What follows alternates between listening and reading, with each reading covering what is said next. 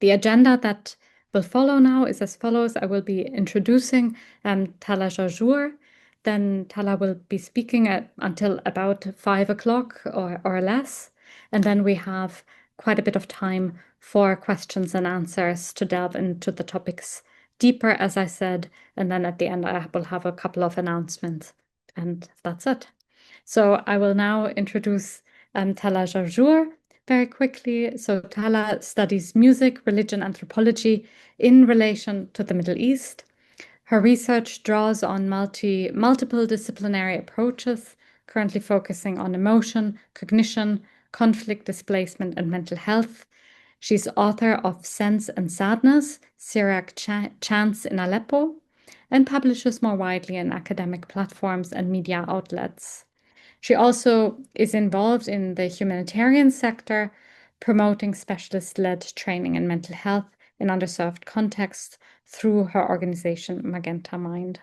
I will have now the privilege to hand it over to you, Tala, and I'm really looking forward to hearing your presentation. Thank you very much. Thank you very much, Hannah, and thanks to you and to your team. Thank you, Zara, for the invitation, for your patience with all the different media I'm hoping to be able to use. Thank you to everyone for attending. As Hannah said, I will try to speak for no longer than hopefully 45 minutes. And there will be a couple of recordings and maybe a video in the middle. And I will be going in and out of anthropological scenes, so kind of slightly ethnographic materials, just to give you a sense of where things are. And just a couple of words that will come up, and I just want to explain ahead of time. Syriac is a word that describes a language, which is the literary dialect of Aramaic, Aramaic being one of the three languages of the ancient Middle East. And Syriac is the word also used for the people who speak this language or who use it in their worship and for the church. So you'll see me sometimes, you'll hear me saying the Syriac church or just the word Syriac, which refers to the language. And at times I will probably be saying Suryani, which is the attributive in Arabic. And the reason I use that is because just the question of name is a very complicated one, and I want to avoid all these complications by simply using the term that the members of the church I'm studying use for themselves. The members of the church I will also refer to as Urfalli, which is the attributive to the city of Urfa or Shanli Urfa, which is a modern city in the southeast of Turkey. The significance of this city is that it's where the community I'm going to be presenting about came from in the aftermath of World War I, with a lot of massacring happening against Christians. This particular community left in one go, basically over the span of a couple of months. They picked up and fled, and they settled in refugee camps outside Aleppo, which is in the north of Syria. So basically, they just crossed the borders and lived on the streets, then in tents, and then gradually the tents turned into mud houses, and the mud houses into a neighborhood. So you'll also hear me referring to the neighborhood or to the Suryani neighborhood. So that would be the neighborhood of the Suryani people who came specifically from Urfa. And Urfa is on the site of an ancient city known as Edessa. And Edessa was a very significant, and that whole region indeed, but specifically Edessa was a significant city in early Christianity. So that's also relevant to the story. Another word I will avoid mentioning, but it will come up, and it's hasho. It means many things. One of them is pain, and it refers to the music, the time, and let's just call it the music and the time of Passion Week, which is the week before Easter in the Christian calendar. So here we go. The church is full. Balcony, aisles, staircases, and window bays. No place to sit or stand. Shoulders crowd together along rows of worshippers who arrived early to line the overflowing pews. It is Shubkono night at St. George's Church of the Suryani neighborhood, the once-a-year service on the eve of Great Lent. Starting tonight, the faithful will fast for 40 days and will be instructed to visit church daily for prayer and repentance in preparation for communion on the most important occasion in the Syriac calendar, Easter Mass. Shubkono, which means forgiveness, is a much anticipated yearly service at the height of which the bishop kneels, bringing his face to the ground 3 times. On this occasion, the church's most senior cleric asks for forgiveness from the people for his sins, and they grant it. The act of asking forgiveness, first from fellow humans and second from God, is the core of this service. The biblical readings and the sermon are on the subjects of love and forgiveness. The bishop is not the only one to kneel for forgiveness during Shubkono service. The whole church follows, performing the 40 vows of Lent in the first of no less than 40 repeats. While the bishop recites texts that are specific to the occasion between his 3 silent vows, the church sings when bowing collectively 40 times. Following the bishop's lead, who is facing the altar, and in one voice, congregants recite the most anticipated Kyrie in the ecclesiastical calendar. Moving together at the melodic cues and drawing the sign of the cross with each bow, the church sings in unison 40 largely repetitive musical phrases to the words Kyrie eleison.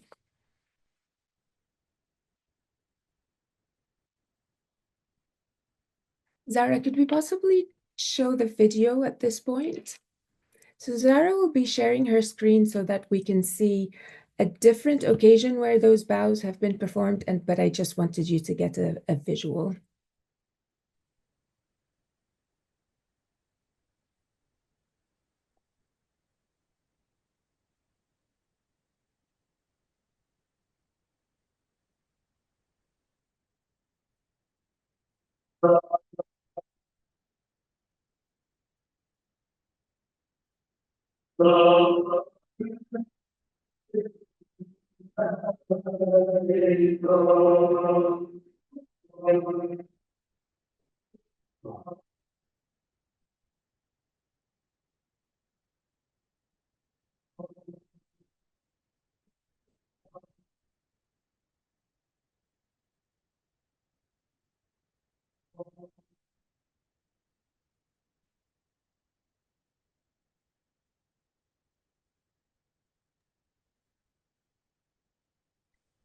Okay, thank you. I don't know if the sound worked for everybody. For me, it was a little patchy.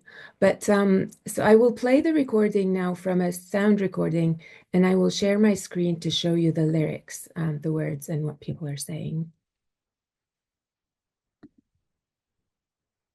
And this recording I'm going to play for you now is by one of the priests in Aleppo.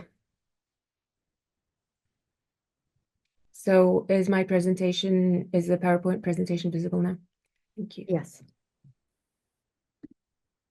Hopefully not my screen. Okay.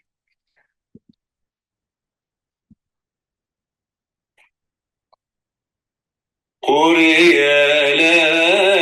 ليسون قري ليسون قري ليسون قري ليسون قري ليسون موران ترحم علينا موران ترحم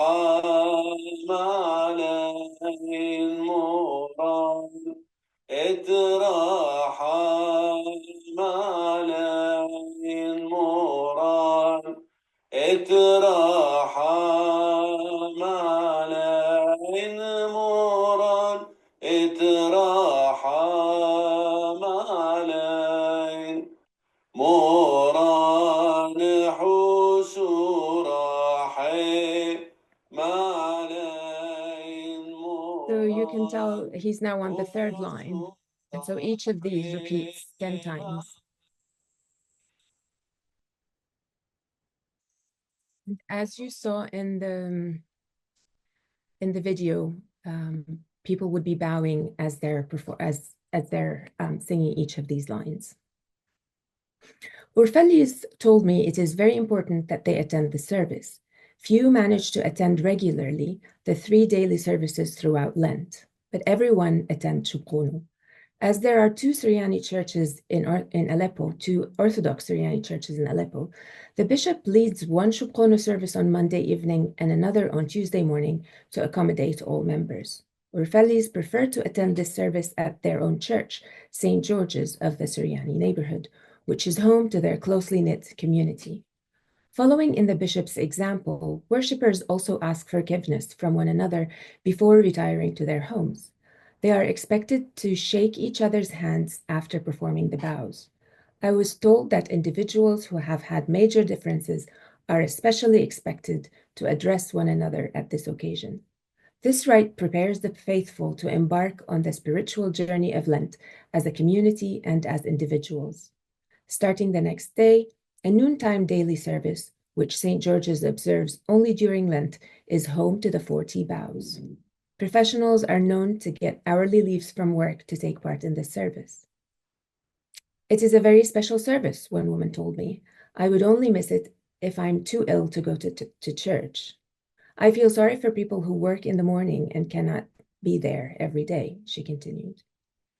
Ordinary office prayers, which at St. George's are grouped into two, morning and evening daily services, usually have a small attendance. Special services, however, such as Shukunu, are hugely popular annual events. For the Suryani Church, one with a long history of arduous asceticism and various forms of early monastic practices, the fact that worshippers are keen to maintain a penitential practice reminiscent of their early monastic legacy is hardly surprising. What was surprising to me, however, was that Urfellis maintain this reverence even when they have lost affiliation with a church. Members of the Syriac Catholic and evangelical churches in the Suryani neighborhood, for instance, are part of the Urfelli community who left their own churches in Turkey and built new ones in Aleppo. I have on occasions seen members from non-Orthodox denominations practicing the vows. When I discussed this observation with the wife of a non-Orthodox cleric who rarely visits St. George's, she said that this is a part of her that she feels missing. The wife of a prominent figure in the evangelical church expressed similar feelings. Because her denominational affiliation does not allow what she perceives as ritualistic elements from pre-Reformation traditions, such as icons, incense, and the drawing of the sign of the cross, she thinks she should not be seen performing the vows so as not to elicit criticism from members of the evangelical church. Indeed, a fellow cleric's wife attends midday service on occasions, sings along as a native, but does not perform the vows or draw the sign of the cross. Attending services with a different denomination is seen in a positive light, but performing Orthodox practices is a step too far, even for someone who shares familial connections with the denomination. Equal to all Suryanis, the attachment the Catholic and evangelical women express to the faith of their ethnic church is significant because it predates that of their espoused denominations. They are currently members of denominations with differing theologies, yet when it comes to the 40 vows of Lent, a particular attachment to the old faith surfaces. An attachment that is not contingent on denominational affiliation, but one that is cultural, personal, spiritual, inherited, old, and is maintained in physical, immediate ways which are not present otherwise. The sentiment these women expressed with relation to the 40 vows is one they present as a given, a kind of truth. It relates to something they are, by virtue of belonging to the Urfali faith, something that is missing in their more recent Christian spiritualities. While faithful members of newer Christian communities, they do not wish to lose connection to their spiritual affiliation of origin, nor to the ability to locate it In a realm of expression, their theologies do not endorse the physical. They yearn to this experience every year and try to maintain it by partaking in the Lent Kyrie when given the chance. It is hard to express what I mean in words, one woman said. Only in the Suryani church do I feel this. It is not something that can be given, nor can it be taken away, something only Suryanis have, she continued, conveying a sense of pride in this inherited, physically rooted ownership. For a community that has been dispossessed, alienated in more ways than one, the grounding her words convey is unmistakable.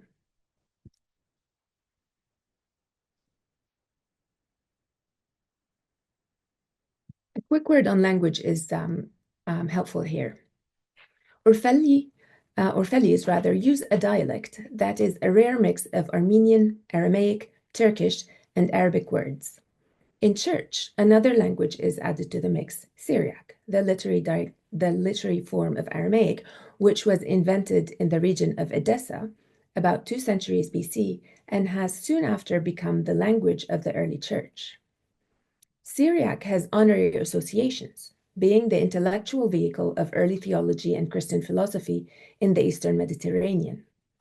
But Syriac is not spoken, and outside the small circles of priests and Syriadeacons, it is not understood by church members. It is, in all events, the primary language of liturgical texts, zealously maintained against translation into better understood languages. In the local hierarchy of languages, Syriac fares best, and Turkish, being the language of oppressors in the lost homeland, is least. Since Arabic is the language of education and life in Syria and is the only language spoken by current members of the community in Aleppo, it has an important role in worship, mostly in biblical readings and sermons, but remains secondary to Syriac in hymns and chants. This is a complex topic which I would be happy to address in the discussion, but for now, I will just note the opposing positions of Turkish and Syriac in the hierarchy of languages at St. George's Church of the Suryani neighborhood.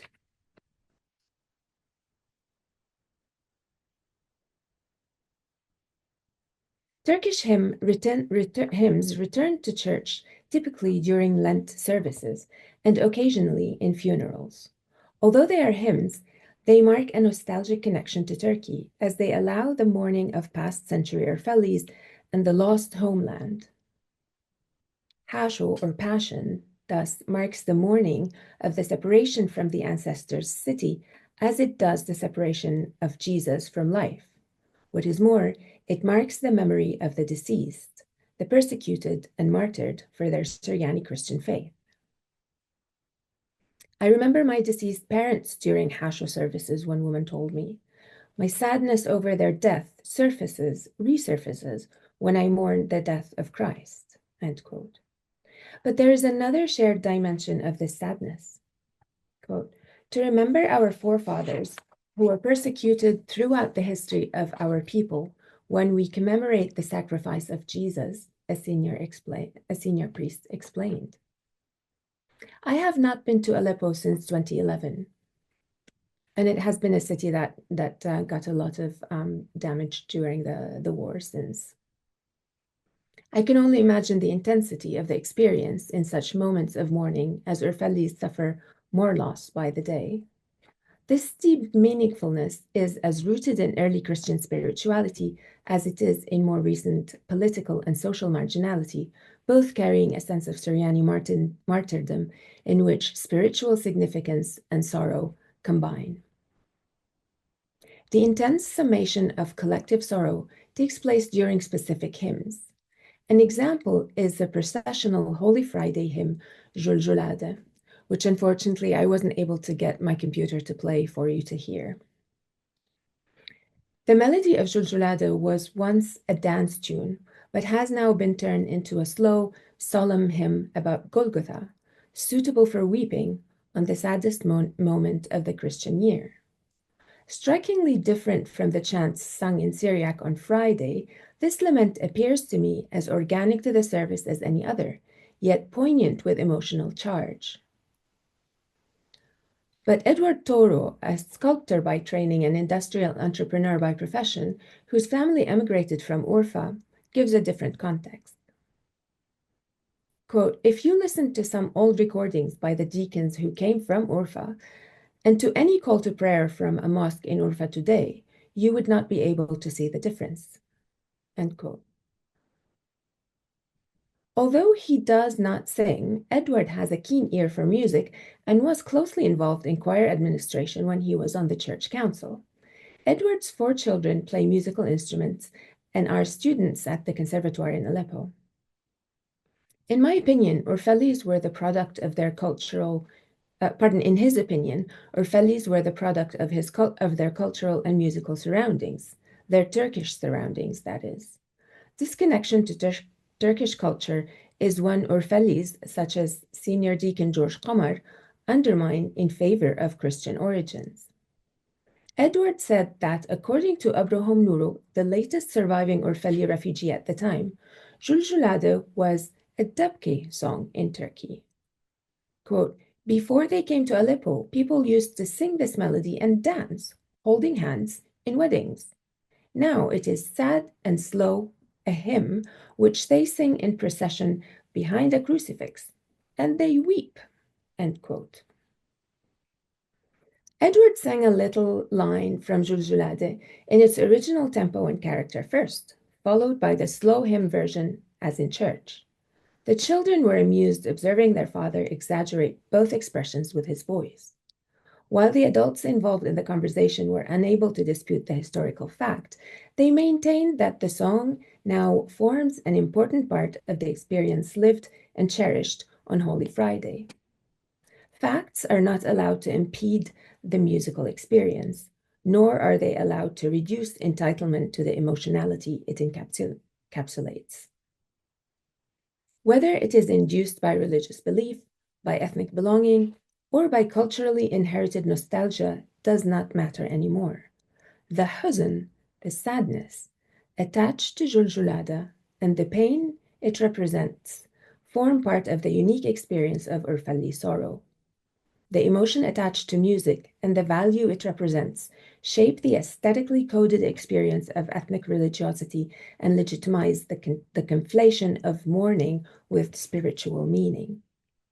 Despite less honorable associations with Turkishness, this lament builds on shared symbolism, allowing a collectively approved expression of potentially damaging grief in a public performance and imbuing the procession it accompanies with great solemnity.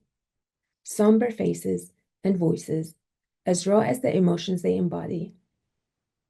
The solemn procession begins, accompanied by tears, which men rarely display in public. This is one of the highest points thus far in the emotional buildup of Passion Week.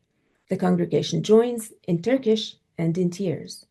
The collective spiritual emotion in Juljulade is that of uncontested ethnic sadness. Its persistence in the annual tradition indicates, in very strong ways, the expressive and mediatory power of music. This is where values of being and belonging, of affective agency, are grounded in emotion and music, coincided in the multi-layered modality of song. I'm just going to share my screen one more time to share with you some pictures from that procession, which unfortunately, again, I wasn't able to play.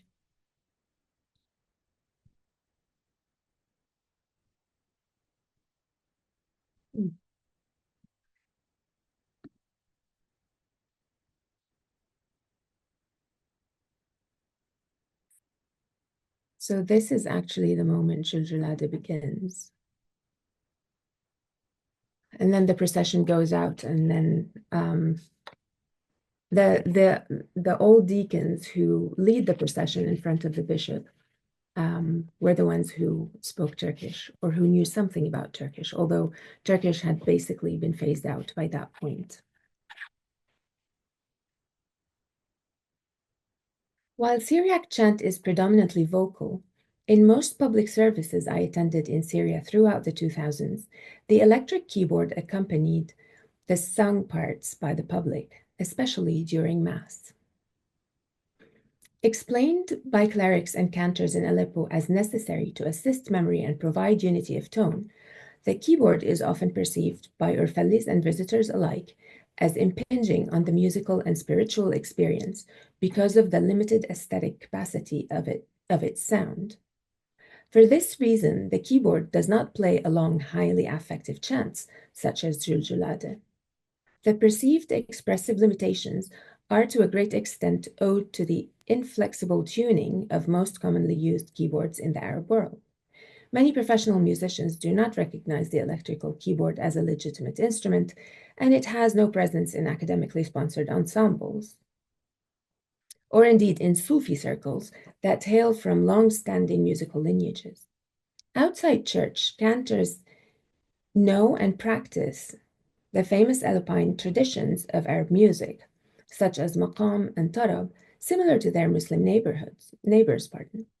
One might thus stipulate the existence of two or more sets of musical aesthetics, a contextual set relating to maqam and tarab, and a local set that is particularly Syriac. These sets of aesthetics operate on many levels, some shared, some not. One of them is emotional value, which inhabits shared and non-shared levels. Unless heard within their specific local aesthetic, most Syriac chants would appear to non-Suryanis to be sad. In the Suryani musical experience, however, a hierarchy of aesthetic value is at play. This hierarchy is inscribed both contextually and locally and reflects a reciprocal relationship between emotion and the aesthetic. Viewed within its local set of criteria, aesthetic judgment operates on multiple levels, some shared, some not. One of them is emotional value, which inhabits shared and non-shared realms of perception. Examples of shared perceptual spaces within which Syriac chant exists are the religious expressive spaces of the region. In a way reminiscent to the long tradition of lament in ancient Mesopotamia, early Suryani instruction on chant does indeed recommend expressions of contrition, mainly through penitential elements in the singing, such as tears, repetition, and bows. Suryani writings also commend shaja, which is sadness, as a desirable quality of the voice, and connect Lent music to sadness and pain. The emotive associations of huzn are, therefore, an integral part of the Suryani chant aesthetic, as it is perceived outside as well as inside the ecclesiastical tradition. Most notable are connections with Islamic religious chanting. In Quranic recitation, huzn and weeping have aesthetic qualities. Quran reciters in Egypt, the Munshidin, point to an ancient relationship between the state of the soul and music through the purgative nature of song as a lament for sins. This is not only reminiscent of old Syriac teachings, it also builds on Al-Ghazali's teachings on connections between the sound of music, the soul, and bodily movement, on the one hand, and between weeping, which softens the heart, and the virtue of huzn, or sadness, on the other hand. Those connections also correspond with 13th century Syriac revered cleric Bar Hebraeus's instruction on proper psalm singing, particularly in terms of the pleasing affect music has or can have on the soul. Similarly, huzn is a condition to pleasing melodic recitation, according to Al-Jazari and Al-Ghazali, and is, quote, not only some sort of emotional state that is expressed through weeping, but a quality or perhaps even a technique of reciting which reflects that state. This is according to Christina Nelson. Huzn in Arabic sources is also a vocal quality that indicates the desirable trait of riqqa, softness and delicacy in the voice. By the same token, good Quranic recitation induces weeping. Another contextual aesthetic dimension of huzn is the quality of shaja or shajan, which equally connotes grief and sorrow. It is the, quote, state of being moved, gripped emotionally, all choked up, again Nelson. In pre-Islamic singing, hazin and shaji seem to be nearly synonymous qualities of the singing voice, qualities that touch the emotions. Huzn and shajan also indicate profound sadness, which simulates highly affective states, where aesthetic qualities such as the beauty of the voice, softness, and pleasant and touching melodies are all associated with taking pleasure in listening. Moreover, huzn is linked directly to artistry in music and its affect.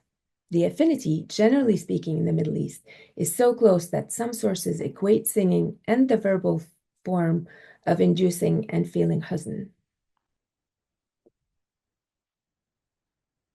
The aesthetic of huzn is therefore connected with a deep spiritual experience, something to which Barhebraeus alludes in his discourse on music.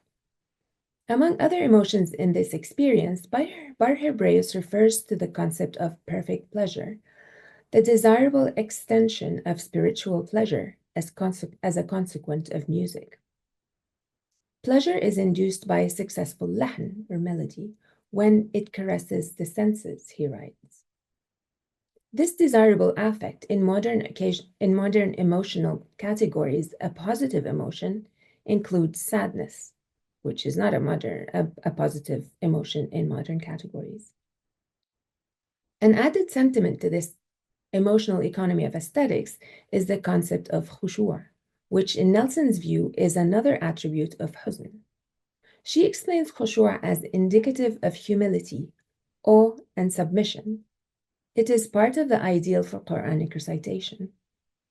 Moreover, khushu', according to Barhebraeus, is a sign of the humility of the heart that induces commendable crying during psalm recitation. Similar qualities of contrition are present in early modern and contemporary Islamic genres of praise and supplication. Among these qualities are humility and self-effacement, healing and serenity that the soul finds, along with intimacy, love, and longing. Huzn, then, is an emotional aesthetic concept in the musical experience of religiosity in the wider social as well as the specific historical and spiritual context of Syriac chant. The emotive associations of huzn are therefore not only an integral part of the Suryani chant aesthetic in the ecclesiastical tradition, they are integral to how Orfelli Suryanis redress realities of displacement by asserting a rooted belonging and a grounded being through a process of mourning which conflates the physical with the spiritual. Music makes all that possible through its power over emotion.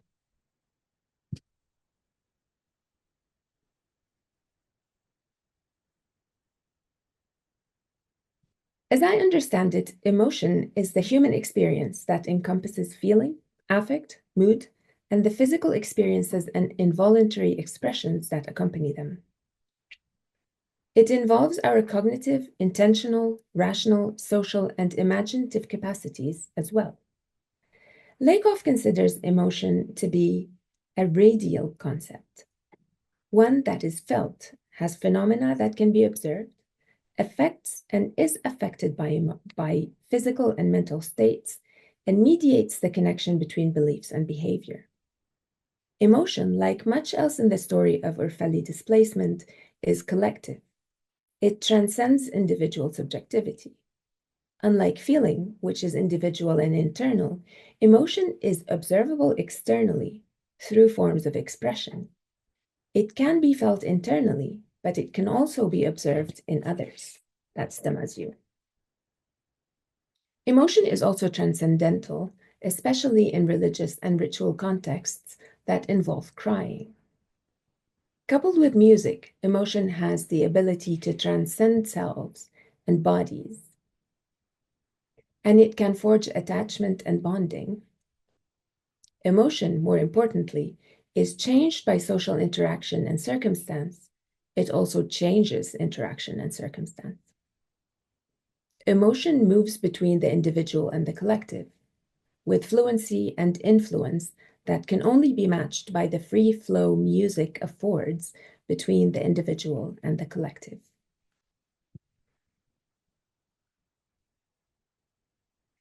So I'm going to move to another sound clip, and this is the moment that sound clip represents.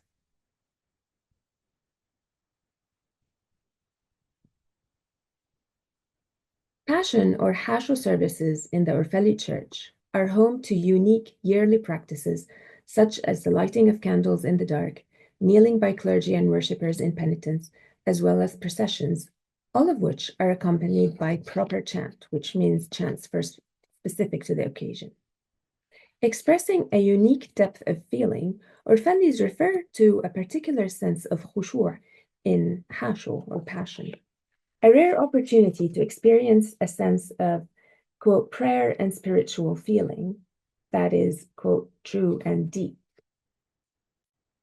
As several members of St. George's conveyed, this is the time of year when men and women are moved to tears on account of their native spirituality, an experience they closely associate with hashul or passion chants.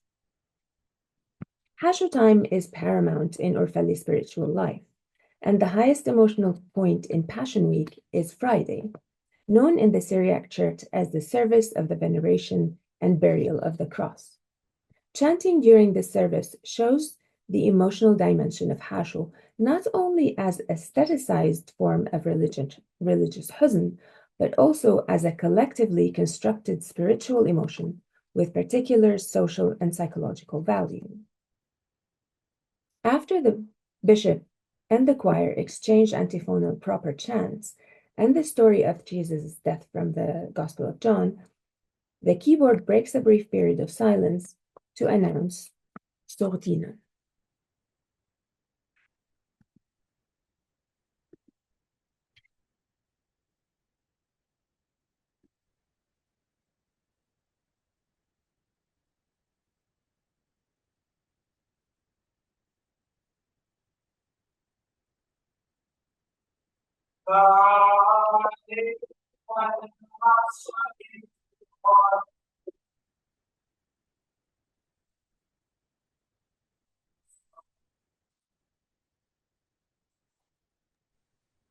Tala, we can't hear it. We could just hear the first. Ah, now it's coming back.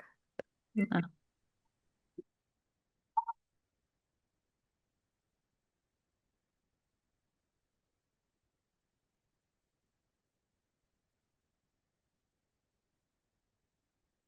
Still, well, let me try sharing again the music up. It didn't work with the other one, but we can see if it works for this.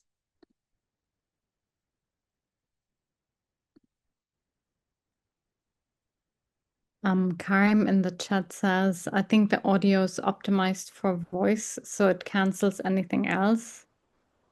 And Okay. so you can set it for original audio music in the Zoom settings, but that might be very technical to achieve now.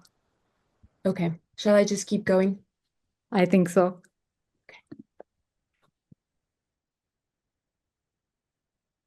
But you can see the lyrics, right? You can see what the PowerPoint presentation. Oh, I stopped sharing that, didn't I?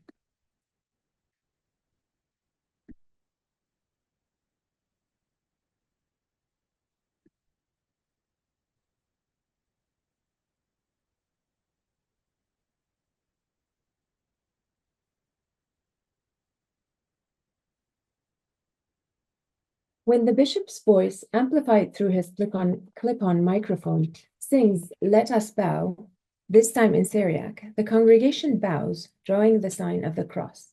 The first recitation of this short hymn should be by the celebrant alone, but the congregation and their choir join in.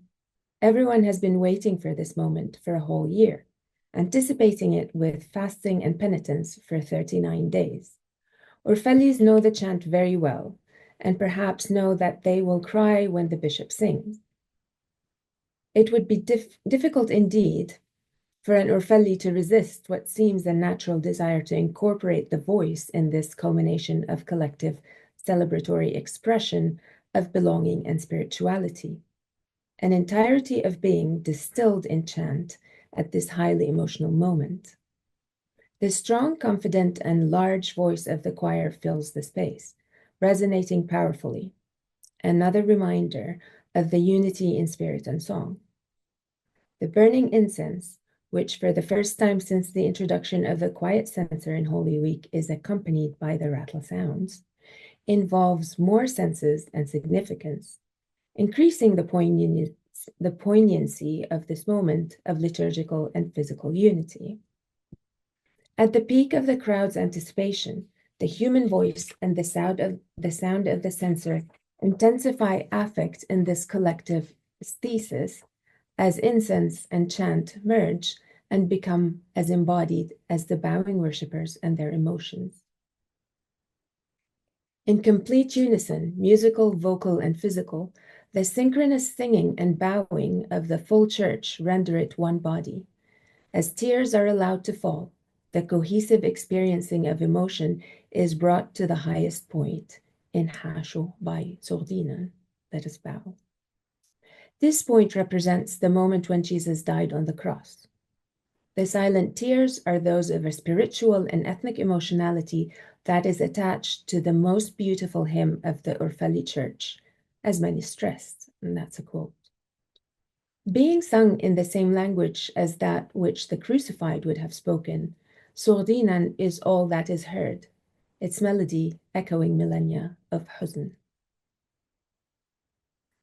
As Friday is the highest emotional point of Hasho, this chant from the veneration of the cross culminates the intensification of the collective emotional spiritual experience, enhanced by various ritual means that trigger musical meaning through aesthetic affective signification in language, sound, action, and liturgical enactments. In a related context, Charles Hirschkind and Michael Frischkoff studied the cassette sermons and styles of tilawa, a form of Quranic recitation, respectively in Egypt. Both studies account for the direct relationship between the auditory and the social and political inner workings of modern religious movements. Hirschkind argues for the didactic promotion of new Islamic counterpublics, and Frischkoff analyzes the non-discursive spheres created through stylistic meanings and indexical sonic changes. To both, the auditory creates shared possibilities for new social meaning while also being constructed by it.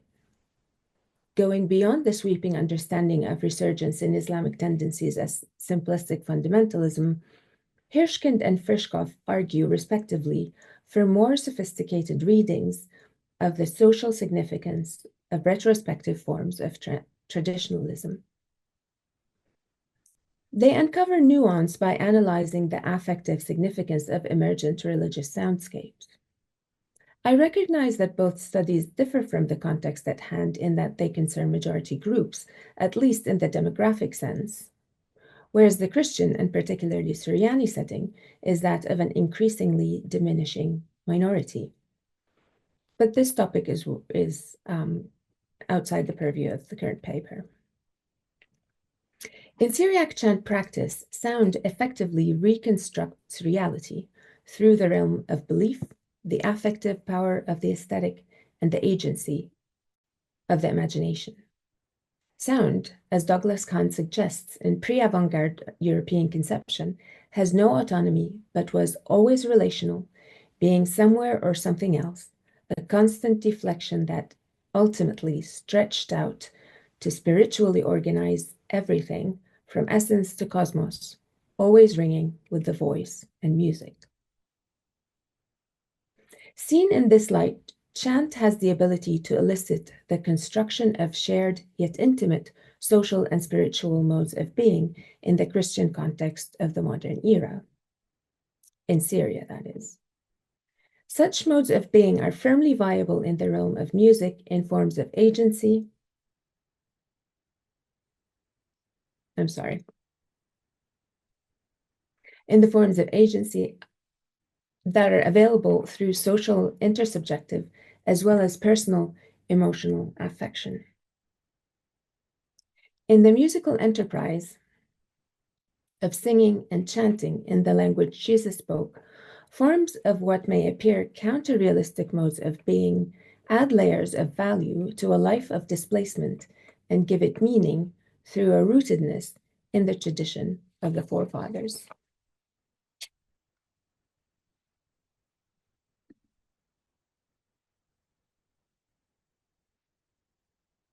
When worshippers sing in tears and in languages they do not speak, music mediates the density of the moment in multiple ways, both musical and extra-musical. Its experience takes place on all perceptual levels, as sounds embody the knowledge and the senses of originality and sadness. Hasho, or passion chants, mark an ethnically toned spirituality.